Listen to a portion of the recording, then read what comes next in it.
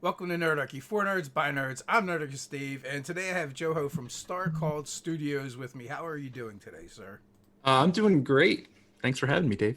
Thanks for coming on. It's been a while since we talked. I don't think it was this past Gen Con, maybe the one before that. I think it was the Gen Con before. Yeah. Yeah, that we got together and we did some video and had a conversation about world building Yeah. and campaigns settings.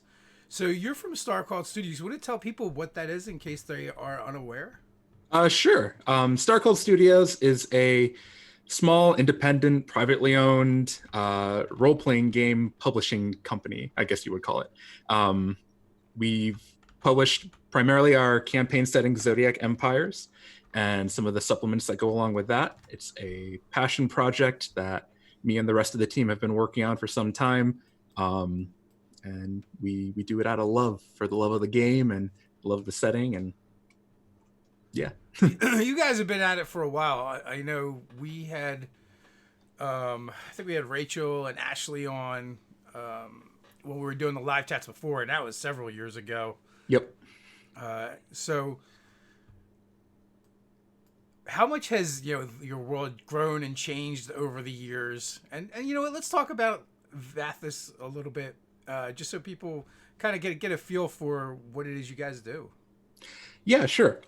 So the world's definitely grown quite a bit in that time. More so in, I think, our heads more than anything.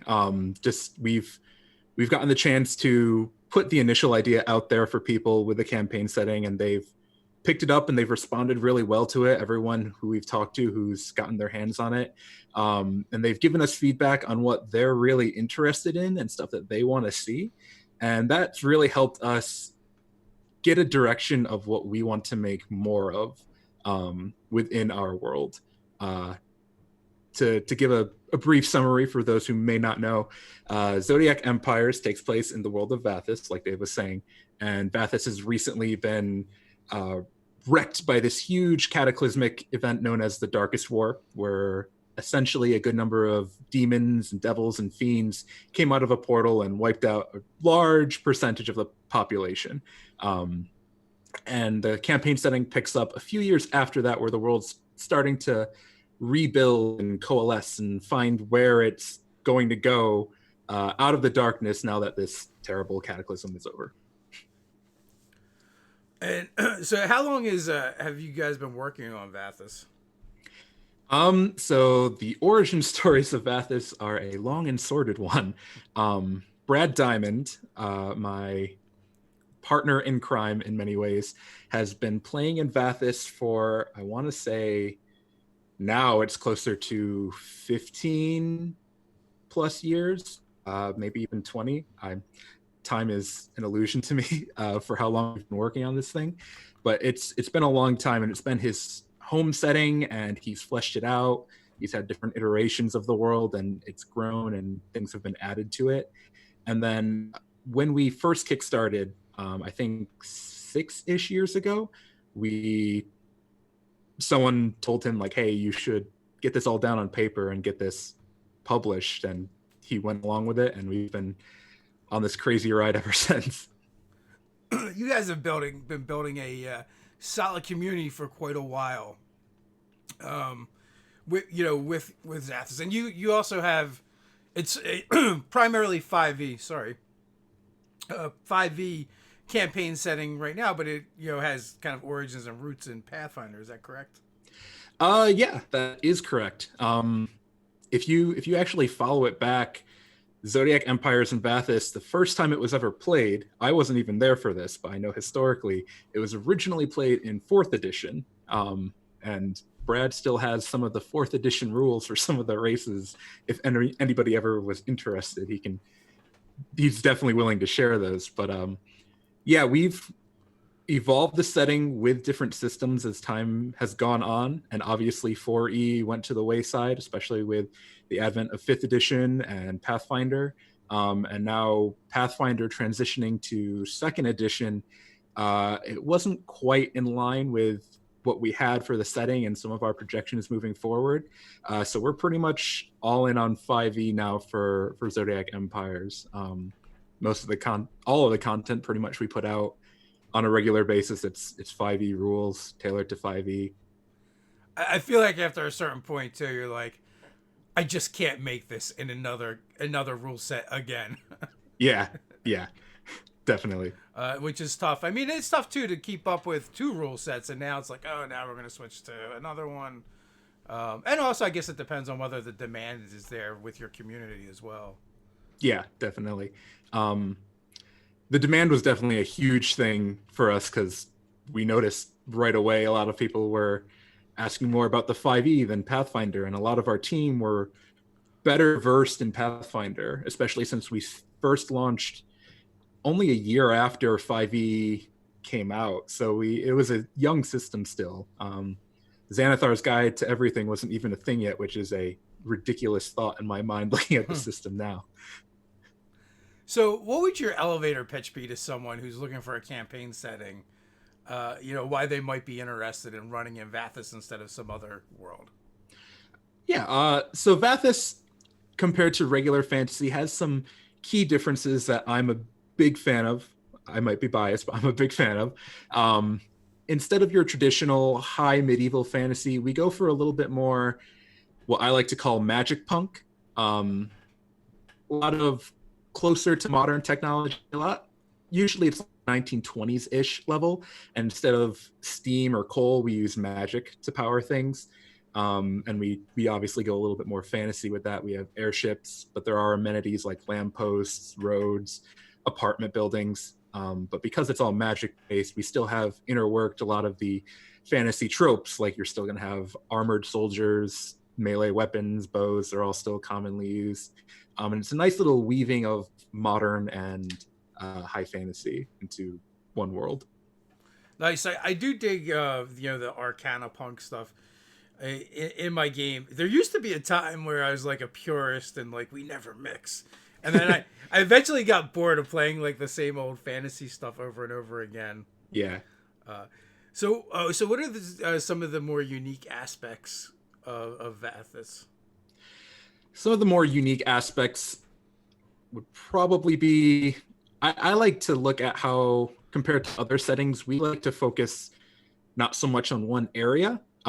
This is an issue I have with some of the other D&D settings out there. If you think Forgotten Realms, you think Sword Coast. It's Baldur's Gate, Waterdeep, all those places, super fleshed out. You can name half the population because they're named in the source content. But you go maybe like 100 miles west, and that's uncharted territory. No one knows anything about those other countries and stuff.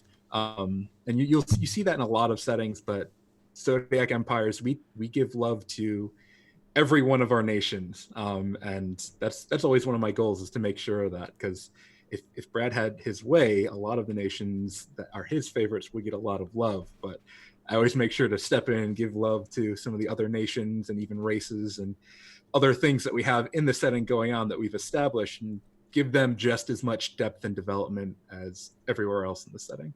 So was it fair to say one of the strengths would be like you guys have like equally built out the sandbox? You haven't chosen any favorites, even though Brad would like to.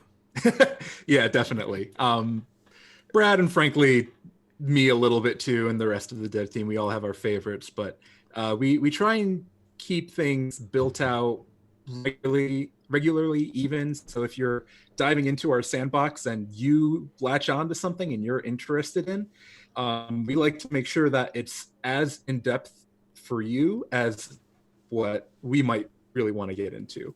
And our community feedback helps out a lot with that. We're always asking our community, is there anything anyone wants to know more about? Anything you want us to dive deeper into? Anything you want specific rules for?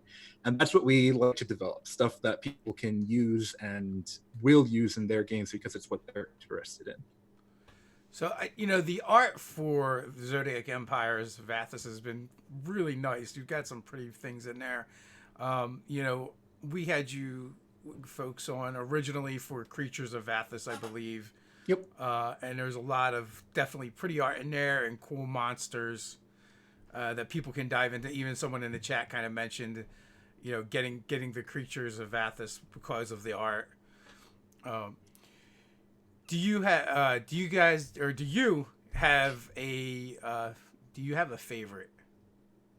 Favorite piece of art? No, no, not necessarily a piece of art. Just in in the campaign itself.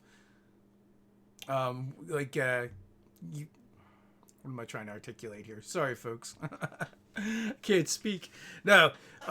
What is your favorite part of Vathis? Whether it's a nation, whether it's a race, something that's My distinctly favorite. Vathis. That's distinctly Vathis. So this is getting into some of the weird lore of the setting, but there's a particular cult in Vathis, and they are called the Church of the Crystal Watcher. And they are a bunch of fanatics who are devoted to this god that they believe resides in all crystals.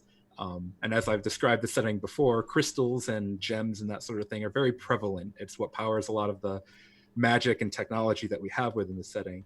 So these guys pop up everywhere, and when you dive really deep into the lore, everyone around them assumes they're crazy, and compared to what everyone else worships, they seem crazy. But when you dive into the lore, there's intricacies and stuff that there's some truth to what they're saying if you can piece it together and figure it out. We wrote them as a little bit of a puzzle, and we're all in on like the inside joke, and we know what they're about. But just they're fun to play with, and they're good villains because you can kind of go off the wall bonkers with them and hatch some crazy plots with them. So just because they wear tinfoil hats doesn't mean they're always wrong. Right. Nice. So what kind of stories do you like to play in your games? Are you primarily a player, a GM? I'm a healthy mix of both, just because Brad really likes running games. I run games as well, but I also like playing in them. We kind of bounce back and forth, so I'm pretty evenly split between playing and running. For games I like to run, I like to do themed campaigns. It feels like that's the niche I've fallen into and I've gotten good at. So we've had a couple campaigns. One of the first ones I ran in Vathis, the entire party was a theater troupe. Just to kind of fit in culturally with one of the nations we have. Theater is a big part of that nation culturally, and the team wanted to play a theater troupe. So I ended up writing a whole campaign for them based on finding these hidden works of an old playwright that led to them uncovering like the secrets that some of these plays were based on real events, and they lived through a few of the real events and stuff. It was pretty interesting. That sounds a lot of fun, and getting to kind of like insert some of the world lore, but then also you're kind of taking this like zany approach of Yeah, they're looking for plays essentially. yeah, Is their questing item. yeah. There's a lot of that type of sentiment in a lot of the games we play. Honestly, like the current campaign we're playing, I play a bard, and the one that Brad's running, and I'm looking for these 7 special songs that are innately magical and tied to the setting in a unique, fun way that he concocted for me. And I just told him I wanted to play a bard looking for songs, and he made it integral to the story. So we ran with it, and it's been a blast. We love that sort of off the wall, unconventional type storytelling. So with the apocalypse going on, do you find yourselves gaming more or less? It's a little weird. So our group, when we play, we usually play in person. And not all of us are completely used to playing online. And for anyone who hasn't tried both online or in-person play, there's a distinct difference to playing online and in person. And for some groups, I don't recommend playing online if it doesn't work for you. For some groups, it's your only option, so you have to play online if you're separated by distance or whatever. And we've found that over the past few weeks, due to either technical constraints or we've just had a long day of work, just because it's been stressful working from home compared to in the office or whatnot, that we've actually skipped a few weeks and just played some video games online instead, and just hung out in voice chat instead of actually diving into the game. So in that aspect, we've slowed down a bit. At the same time, I've done more pickup games for like one shots or short term adventures over the past month or so than I've done in a very long time. Um, we're trying to do our part to give back to our community, and we've ran a few one shots. I'm actually starting one next week for a group of our community members, just running them through some adventures and whatnot. So, any of those pickup games, non D&D games? I played in a brief Legend of the Five Rings adventure that ended last week, and then I have also done there's a small Shadowrun game that's forming in our Discord right now. So we've varied. There's some D&D, some other systems. I'm always dying to try other systems when I get the chance to. Same here. I'm just never super enthused about reading another 400-page rule book. Yeah. That's the obstacle. Like my thing is always like, can I learn just enough to get through character creation or have someone give me a pre-gen and then like learn as we go. Yeah. I've done that strategy before at like conventions. I'm like, all right, these people know how to play the game. I'm just going to hop in a game at a convention, learn it there. And then maybe if I'm interested, I'll pick up the rule book and dive deeper into it. But I find that personally anyway, that I learn better that way anyway. It's definitely easier to pick up the rules and the gist of it. And it's plus like, you might not even like the game. So after, a week of reading the rule book, and let's face it, most RPGs don't read very well. No. It's rough reading material most of the time. It's like stereo instructions. I will say the Dresden Files Fate book was probably one of the best reads as far as how it was written and how they laid it out. It was just like really easy to digest and actually enjoyable. Yeah, that was the first Fate version of Fate I tried, was the Dresden Files one. So I do like that book.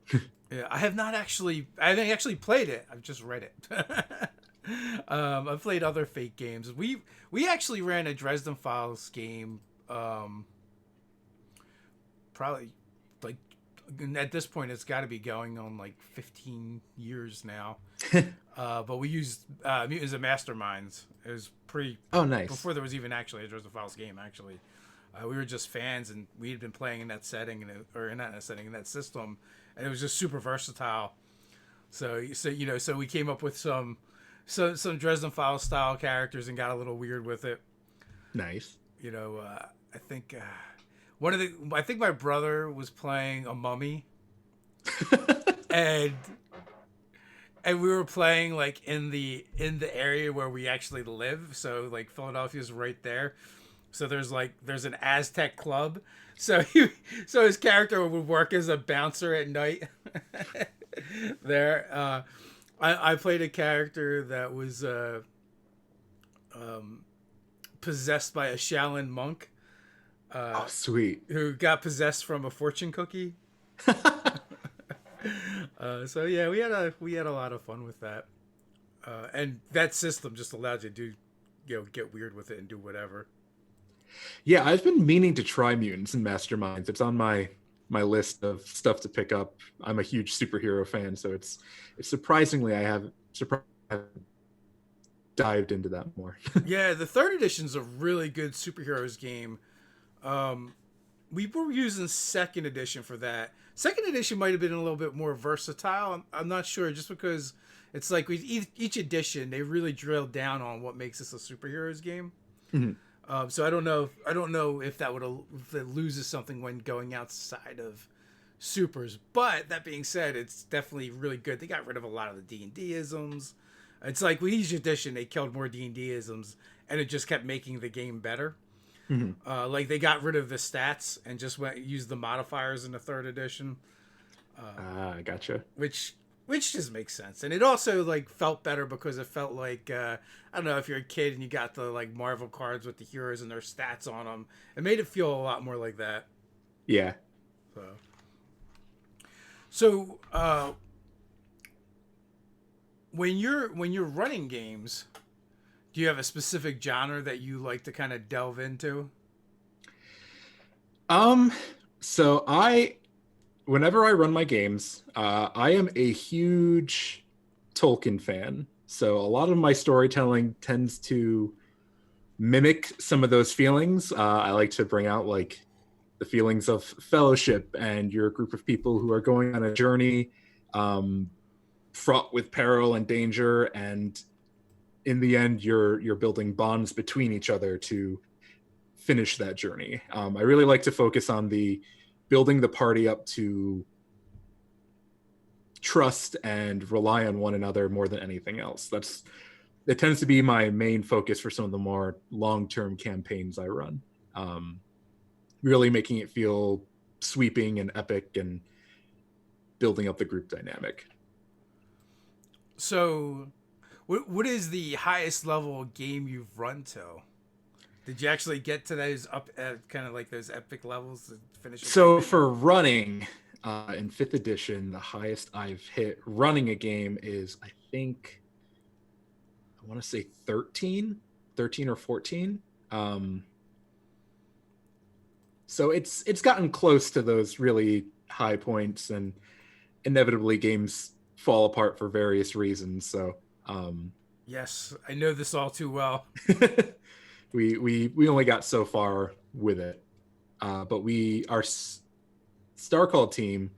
Our current campaign is fifth edition, but the last one we did was Pathfinder, and that one we actually did go all the way from 1 to 20, and it's one of the most memorable campaigns I've had, just because I think I'd only ever been to level 20 once before that, so it was a pretty big milestone to hit that again, and this time it was with pretty much the same party all the way through. We didn't have, I don't think any of the main party died, and no one had to switch characters at all throughout the campaign. So it was a big deal. I think whenever you're able to get that far, the main elements of your story really kind of come to light, whether or not you were trying to make them get there or not.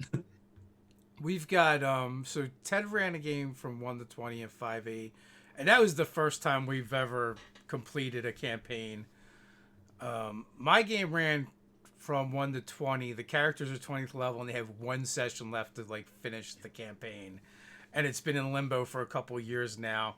Yeah, we had like a couple members of our group get sick, and it kind of Oh, put a kibosh on things, and it's like I just can't I just didn't want to finish it without them anyway. yeah. So we've kind of been like waiting, and then there was I ran a stream game online, but we started like fifth or sixth, but then it went to 20th. So it is a good feeling, but literally like it'd been gaming for 20 years before that or more, and never finished a campaign. Like Yeah. our buddy Mark would joke, if you wanted to play a 15th level character, you had to start at 14th level. So um, it's definitely satisfying. But for us, we like came up with like some tricks that actually helped with that a lot. And the biggest thing was we would alternate GMing, so it wasn't the same DM week after week. We would run, Ted would run 1 week and I would run another, and then we'd had like a third DM that would step in and run something completely different. So we were only really gaming for those campaigns once a month, which makes them take forever. But at the same time, like the DM never got burned out. Yeah. Yeah. So that part was really nice, and we found that worked for us. DM Burnout's rough. I can't say I've never experienced it, because I definitely have before, and it feels bad when it happens, because like you feel like you're letting your players down, which only feeds into it a little bit Yeah. more, and it's not a good feeling. So it's that strategy I can see working really well. I've talked with some of my other groups that I've had in the past about doing something like that, and sometimes it pans out, sometimes it doesn't. But Well, here's why it's like the superior strategy for us anyway, is because what would happen would be like a GM would be like, "Ugh, I need a break," and then someone would take over, but you would never go back to that other campaign. Yeah. right? So like, so that was the problem we had if like we did it like, oh well, someone will take off for a month or two and we'll do something else. We never got back to that other thing, or the GM is the only one that's running the game. It's just that one person, and they get bored and they're like, hey, I need a break from this. Let's do something else, and then they'll run something else, and again, we'd never go back to that thing. You know, so it helped for us, our group anyway, to keep us focused on those campaigns and keep them going. One thing I've been thinking about a lot recently for running games for some of the groups I run for, um, I feel like whenever I plan a long term campaign, it's always levels 1 to 20 in my head, and it'll be this long, sweeping, epic story. But more recently, I've picked up and played with the idea of running shorter term stories that are still satisfying. Windows that are like, all right, start at level 5 and we're going to get to level 10, and that's the window. Within that time frame, I'm going to tell what would probably be one arc of a story in a longer term campaign. Your origins might feel a little bit rushed, but this is the part of the story that matters. This is the part that I want to tell, and this is really the vision of a longer term campaign that I had just condensed down to a few levels. So it's a few less filler encounters. You don't have to do those quests at the very beginning to like, all right, I need to get them to level 5 before they can actually take on the stuff that I want them to take on.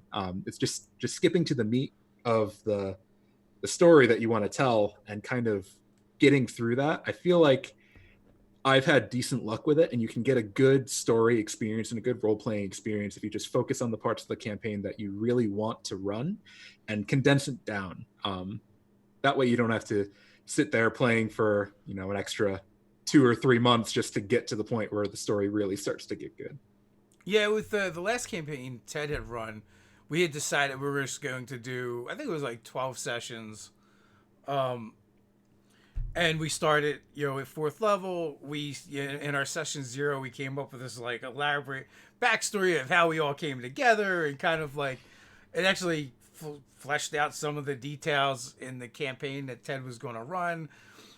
We kind of like we ended up picking our own like arch villain and nemesis for the campaign by doing that.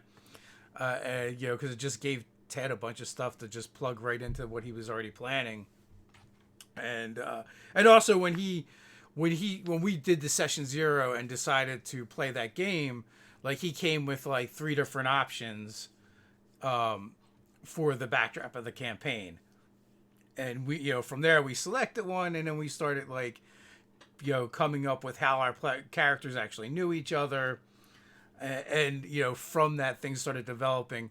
So we got the fulfillment of that origin stuff without actually playing through it, because we just made it up. Like you had to get these levels somehow anyway, Right. And then it just gave stuff for the DM to kind of bite into, and it just feels like too like having a definitive end instead of like this forever campaign.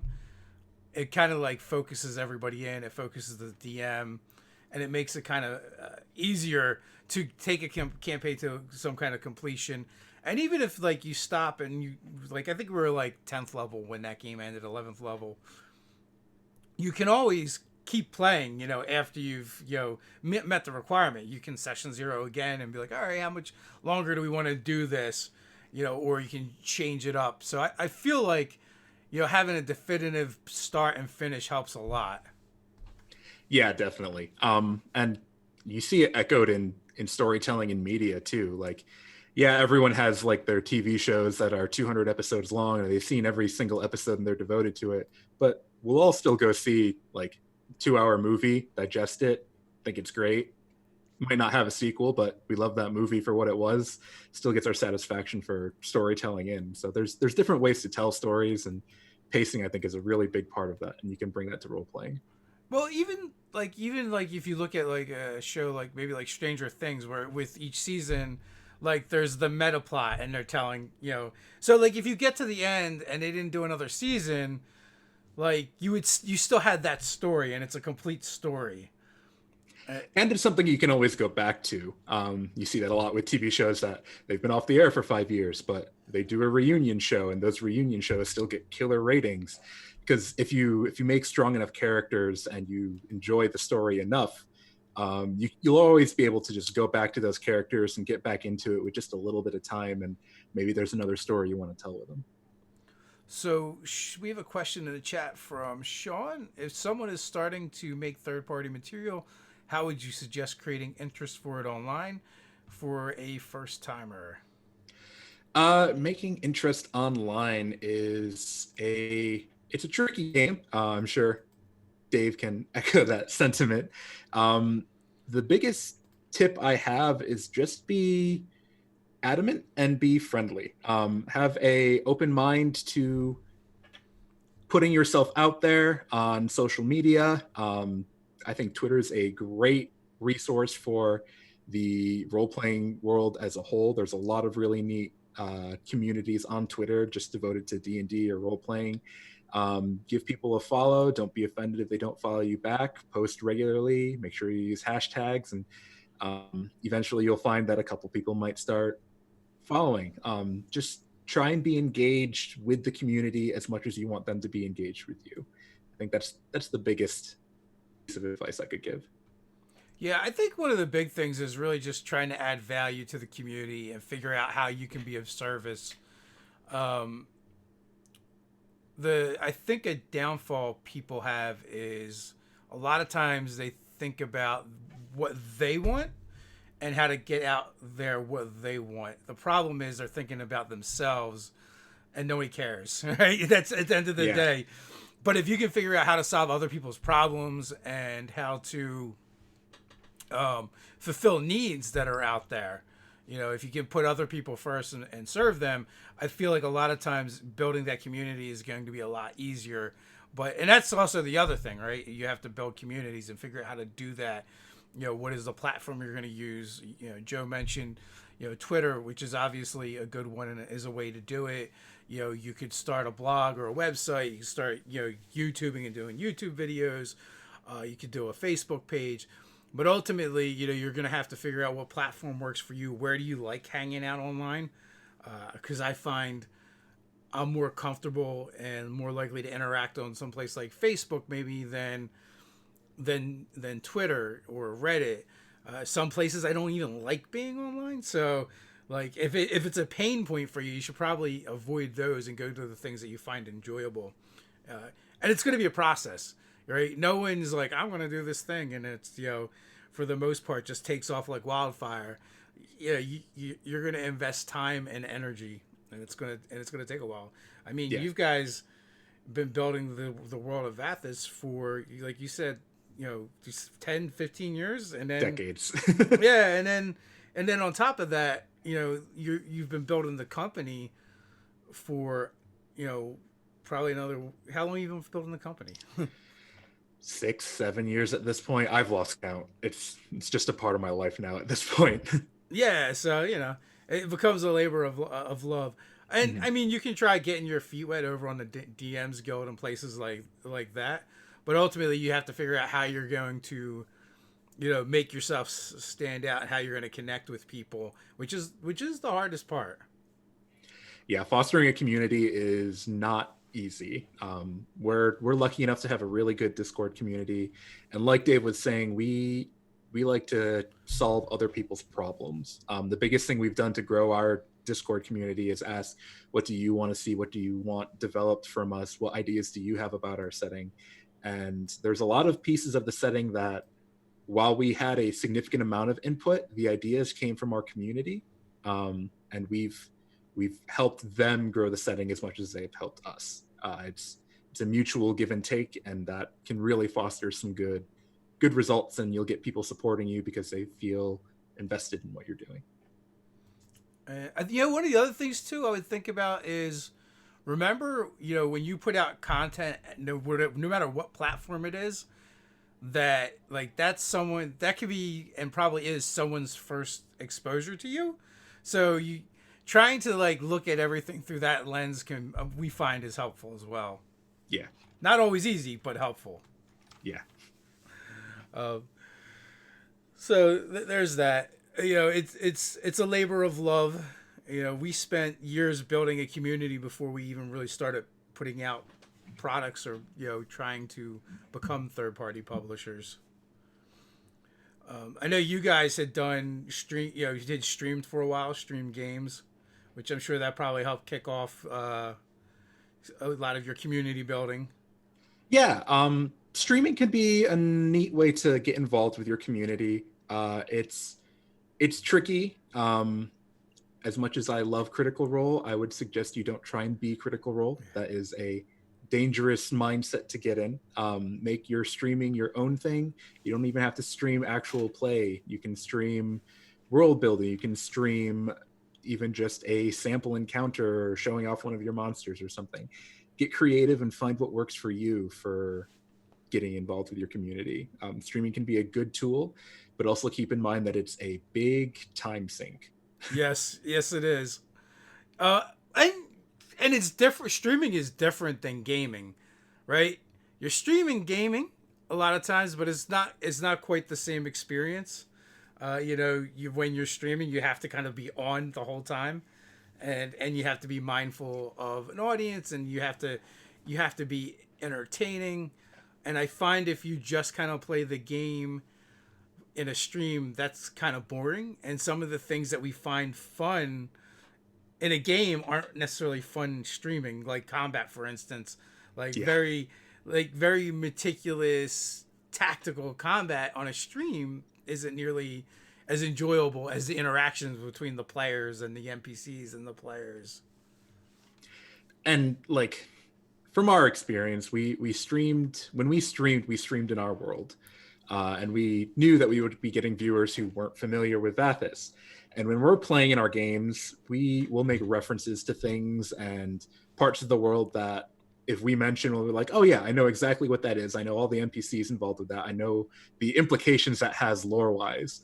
And when we're on stream, we would have to pause and go into a 20-minute conversation about what that means, why that's important in this context, stuff that might not pop up in a normal game, but it's popping up in our game because it's our world and we're super familiar with it.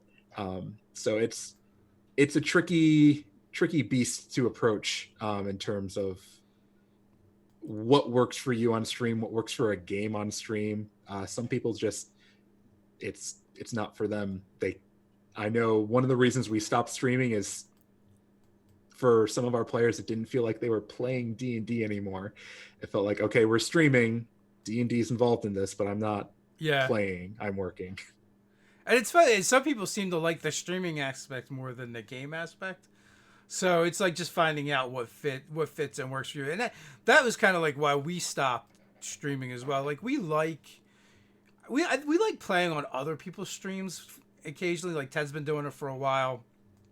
I've definitely appeared on it, and it's definitely fun. But we don't like we're not streamers. We don't consider ourselves streamers, and they're like a totally different breed. It's not good or bad. Yeah. It's like I have tons of streamer friends, and they're like, "Oh, I'm playing like 9 games this week." And I'm like, "Oh, I don't actually like D&D that much." Or That makes or me gaming. tired just hearing that. I know. It's like I have a certain threshold where it's like, "Oh, this is a good week of gaming," and for me, that number is much lower than someone else, right? Yeah. I'm like, that sounds exhausting, and like you said. And then especially when you add the stream component on it, because I think that to me that feels more tiring than just playing, because it's so much more like focused, right? Yeah. Especially when you're playing, like you guys were all in person and you streamed, right? But I feel Yep. like when you play virtually, it's so much more focused because you're like in the screen and you're like right here. So like to me, I get as much gaming in 2 hours online that I would in a 4-hour game in person. It feels like it really like focuses it, it condenses it. Yeah. So and when we play in person, and that's kind of like why we stopped streaming, because those games are more casual for us, and some aspects of the game, like just the camaraderie, is what we really enjoy. And gaming's the thing that happens while we do that. And some of the magic of just like role playing in general is you go on a quest with your friends and the people you care about that you're playing with, and you defeat this ultimate crazy evil force that's trying to destroy the world. and you make memories doing so, and you have inside jokes and stories about what you did. And when you're not doing it for somebody else and you're doing it like for your own personal sake, and there's no one else around but you all know that it happened, it becomes important to you, more so than if you're putting on a show for someone else and streaming it. So it's definitely, there's definitely perks to playing in your own personal games. And you don't have a bunch of wires you're tripping over anymore. Oh God, the wires. So many wires.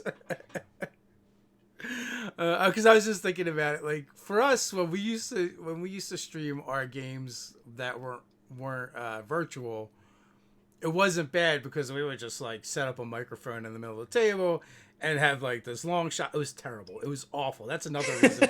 It's like, are we gonna keep putting out this awful looking content? Or are we gonna step it up and we're like, nah, we're just gonna play the game and not worry about that. There's tons of people that are doing it really well, so people have options. But it's weird because like we still get comments and people are like, I miss these videos. I'm like, but they were terrible.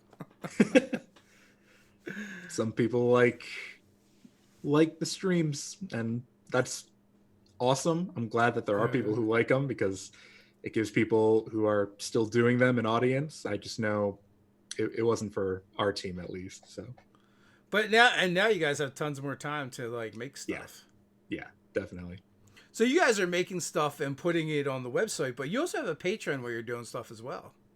Yeah, our big focus after we stopped streaming was to get our Patreon up and running, and it's really become kind of a staple of new Starcalled Studios content, I would say.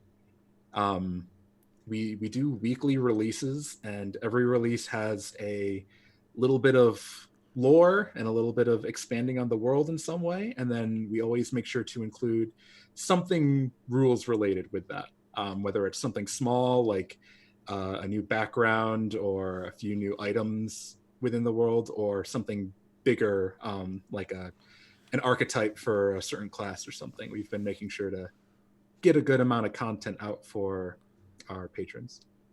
Weekly, that's pretty ambitious.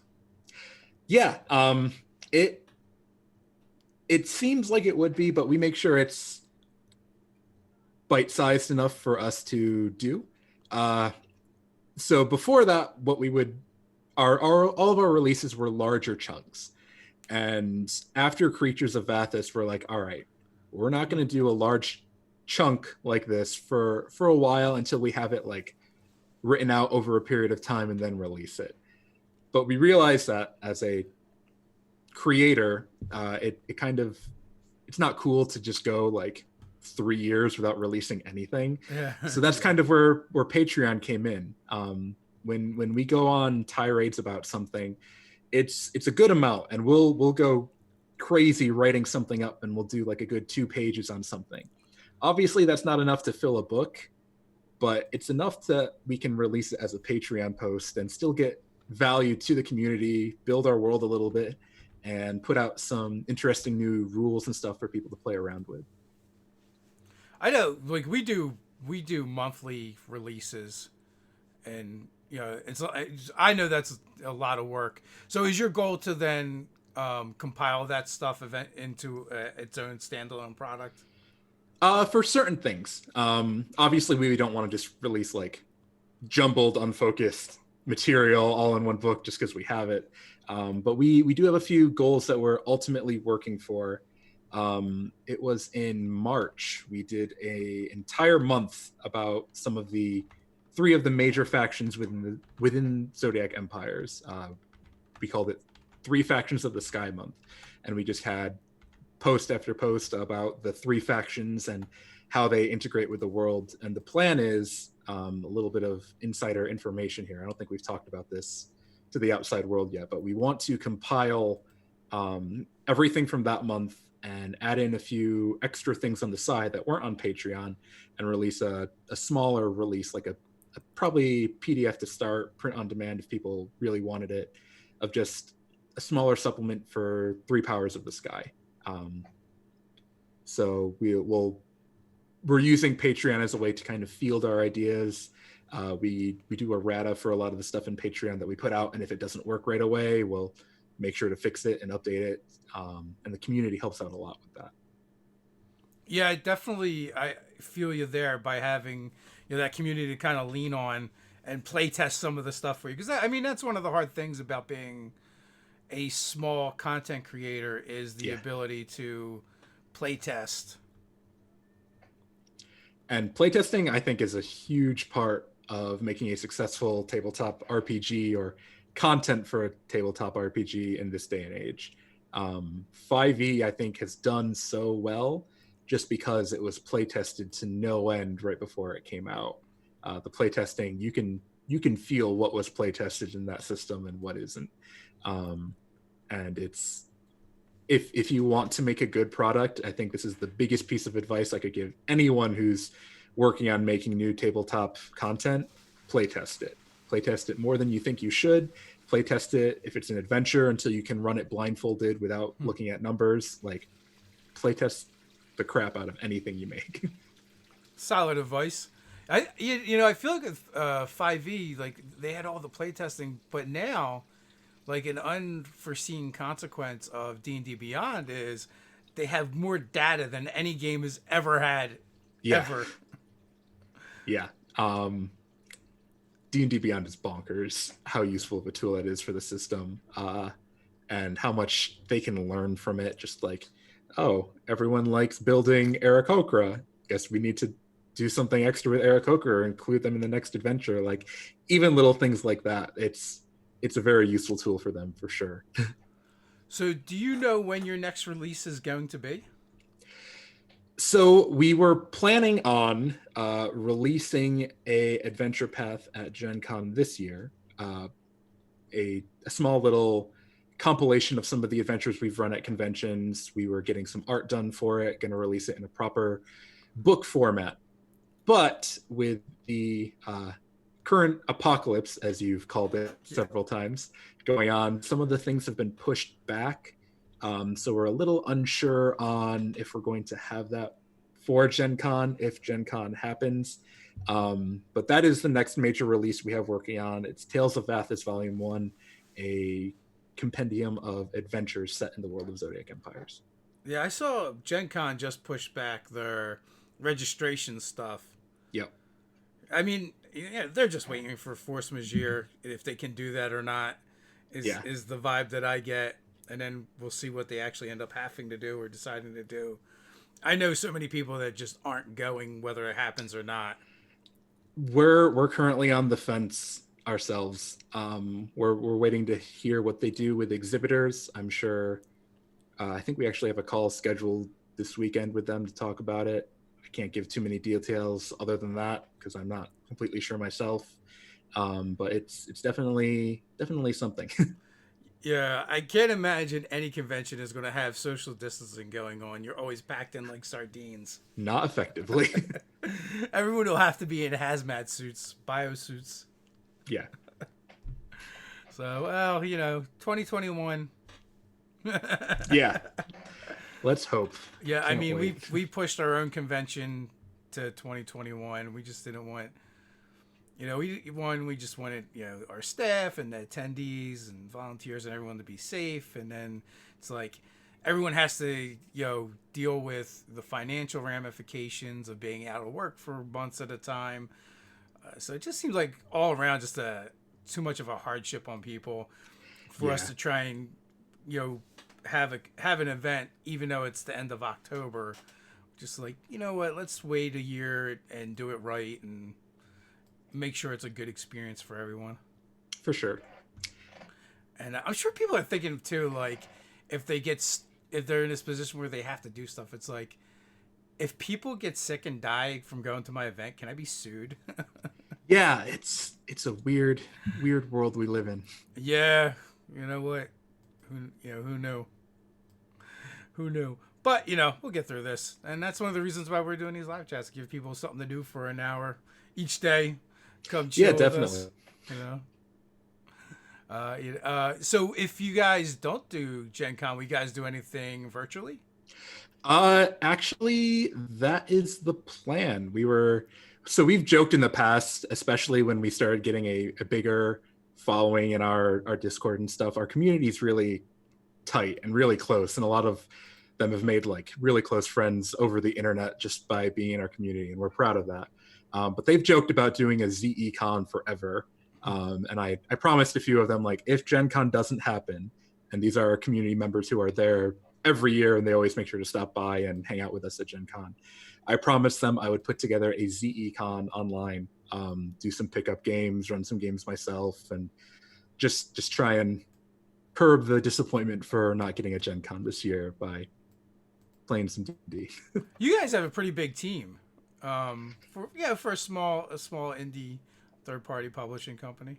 Yeah, our main team is, we have like 6 core people who are the actual quote unquote employees of the company, but we have an endless number of people who are always like, hey, can I run games for you guys, or hey, is there anything I can do to help proofread, or I want to write something for the setting, would you mind if I tried or took my hand at it? And we're always open to that. We love people who want to get involved. We actually have I think I'd like to call them a sister server. They're a West Marches server. They have their West Marches game set in Zodiac Empires, and they're working on building that and running games, and it's pretty good community, and we've been working with them to help make it lore friendly, obviously. Yeah. But yeah. You guys are all out of Ohio, and we had done a couple years back. We had done a convention called Concoction, and Andrea and Rachel and Ashley all came and hung out for a while, which was pretty cool. So that was the first time we met any of you folks in person. So hopefully we can get back back together again, and Yeah, definitely. I know I was interested in going to your guys' convention. Obviously, it got pushed back, but I definitely still want to check that out and run some games, get some ZE representation there. Yeah, we would definitely love for that to happen. Someone in the chat said, they're already talking about canceling Mardi Gras, and they misspelled. There's a typo for Orleans, but I actually like the typo better. It's Orkeens. New Orkeens. Mardi Gras. Yeah, now I want to do an Orc Mardi Gras in a game. Oh, that'd be fun. Absolutely. Instead of bees, they just use like string together skulls. Shrunken skulls, maybe shrunken heads. So now I'm not sure if I asked this question already or if I thought to ask it and didn't. Do you know when your next release is going to be? When it's going to be, we are not sure at the moment. That is, yeah. Oh, I did ask because you said Gen Con. I'm an idiot. Yeah. It's all right. You can call me out. It's fine. Nah, you're good. So, how often do you guys run community games? Usually I try and get like some sort of community game at least once every 6 months, a solid one. There's always the option. People are always popping in randomly to make pickup games within the community. Right now, obviously, since everyone's working from home, I think we have a pretty steady amount of games available. And like I said, the West March server we've partnered with, they're running games constantly. So we're always pointing people in that direction to get them involved. And there's, if you pop into our Discord server or hit us up on social media, we can get you in a game if you're looking for it. We got connections. We got connections. Nice. And if you go over to their website, you can find access to the Discord server as well as all the social media and everything. Yep. To follow along and jump in. And if you wanted to kind of check out, Vathis and see what it's all about, jumping into a one shot or something sounds like a great way to do it. Yeah. Stop by, ask questions, see if there's a game going. Do my best to get you in. I run most of them. So have you guys gotten a favorite story from, the community or fans, running games, and something that was completely unexpected and that really made Vathis their own? So we have a couple players, and they are So a big component of Vathis is a group called the 117 Sky Dragons, and there's 117 families of what everyone else in the setting refers to as sky pirates. It's like your traditional pirates, but they're on airships instead. There's some more intricacies to it, but we had this one group of players. They made their own pirate family, one of the 117, and they've been like super adamant about like how they're all connected, and they've got an entire backstory for them, and they've gotten a piece done of like some of the core family members art wise, and they're constantly posting updates, and seeing like how one lore accurate it is makes me really really happy as someone who developed it, and how much like how invested they are in the setting. It's a small thing and it's not like a super in-depth story, but they'll talk about like the antics that their family's gotten into, or like the attack they did on this other ship and try to steal a certain amount of goods or stuff like that. That I'm always getting updates about this family and the members of this group, and it's super interesting to see someone involved in lore that I created. It's a little surreal, but Yeah, I want to say one of the fun and interesting things for us has been the fact that so much of our content has been used more by other people than by us. yeah, definitely. Which is kind of so like we will create a bunch of stuff online in video, but we create it together and we also play together.